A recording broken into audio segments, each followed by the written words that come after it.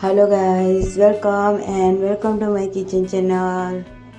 આજે આપણે બનાવવાના છીએ એકદમ ટેસ્ટી એવા, એકદમ પૌષ્ટિક એવા રહે તેવા બાળકો માટે પણ એકદમ હેલ્ધી એવા આપણે એકદમ નરમ આપણે કોબીના મુઠિયા બનાવવાના છીએ. તો ચાલો ફટાફટ બનાવવાનું સ્ટાર્ટ કરી લઈએ. તો મેં કોબીના પાનને આ રીતે કટ કરી લીધા છે અને આપણે તેને એકદમ સરસ રીતે એકદમ ચોપ કરી લઈશું અને તેને ધોઈ લઈશું.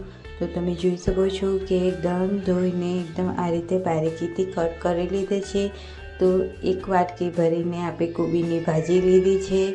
તો એક મોટી ડીશમાં આપણે ઘઉંનો લોટ એડ કરીશું, એક મોટો વાટકો, એક વાટકી કોબીની ભાજી એડ કરીશું, એક ચમચી ખાંડ એડ કરીશું, એક ચમચી લાલ મરચું પાવડર એડ કરીશું, એક ચમચી આપણે સ્વાદ અનુસાર મીઠું એડ કરીશું, એક ચમચી હળદર એડ કરીશું, એક ચમચી ગરમ મસાલો, એક ચમચી અજમો એકદમ ક્રશ કરીને મેં લીધો છે.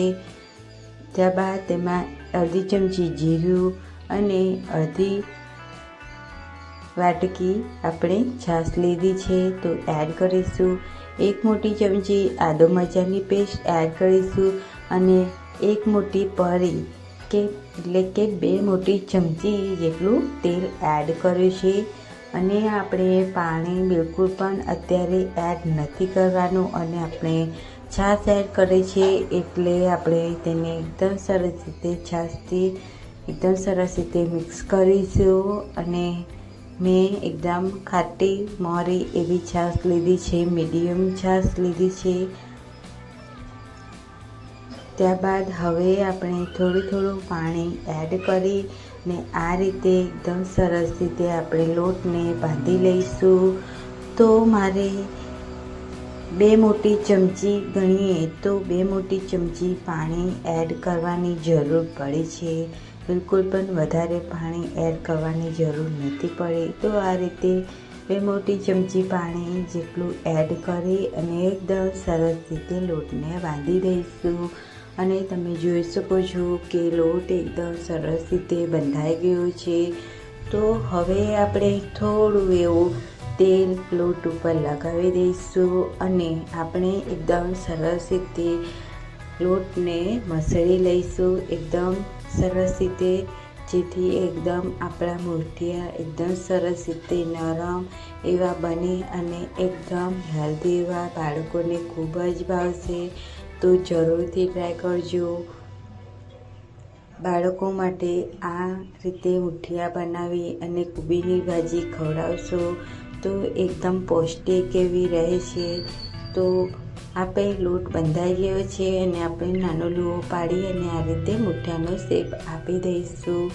તો હવે મેં ઢોકળાની કુકરની આ રીતે જારીવાળી ડીશ લઈને ઉપરથી આ રીતે ગ્રીસ કરી લીધું છે તેલ.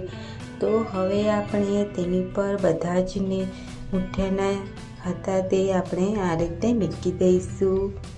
બધા જ મુઠિયાને એકદમ સરસ રીતે. તો બધા જ મુઠિયાને મેં આ રીતે ડીશ ઉપર મૂકી દીધા છે. તો તમે જોઈ શકો છો કે એકદમ સરસ રીતે આપણા મુઠિયા બન્યા છે.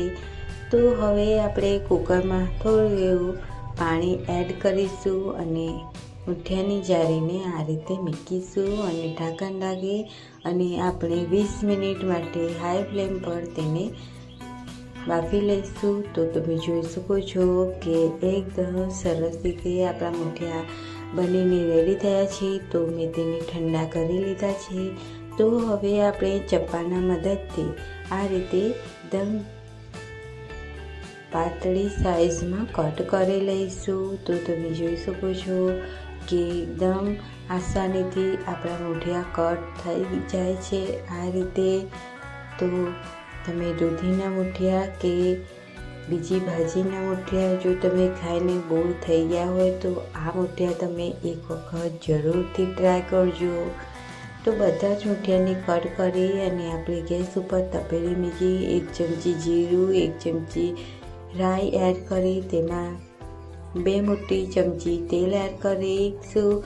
1 મોટી ચમચી તલ એડ કરી અને મુઠિયાને એડ કરી લઈશું અને એકદમ સરસ રીતે મિક્સ કરીશું. અને તમે જોઈ શકો છો કે એકદમ સરસ રીતે મુઠિયા આપણા બનીને રેડી થયા છે. તો હવે આપણે તેની ઉપર થોડા એવા ધાણા સ્પ્રિંકલ કરી લઈશું અને એકદમ સરસ રીતે મિક્સ કરી લઈશું. તો આપણે થોડી વાર તેને થવા દઈશું. તો હવે આપણે તેને સર્વિંગ પ્લેટમાં સર્વ કરી લઈએ. તો આપણા મુઠિયા બનીને રેડી થઈ ગયા છે અને તમે જોઈ શકો છો કે એકદમ ટેસ્ટી એવા, એકદમ પૌષ્ટિક, એકદમ હેલ્ધી એવા આપણા મુઠિયા બનીને રેડી થયા છે. તો જરૂરથી ટ્રાય કરજો અને મને કમેન્ટમાં જણાવજો કે તમને આ રેસીપી કેવી લાગી. ત્યાં સુધી આવતા વિડીયોમાં મળીએ. ત્યાં સુધી બધાને બાય બાય. અને તમે અમારી ચેનલ પર નવા હોય તો લાઈક, શેર, સબસ્ક્રાઈબ કરવાનું ભૂલતા નહીં. અને તમે જોઈ શકો છો કે એકદમ તૂટી જાય અને એકદમ નરમ એવા, સોફ્ટ એવા બનીને રેડી થયા છે. Bye bye.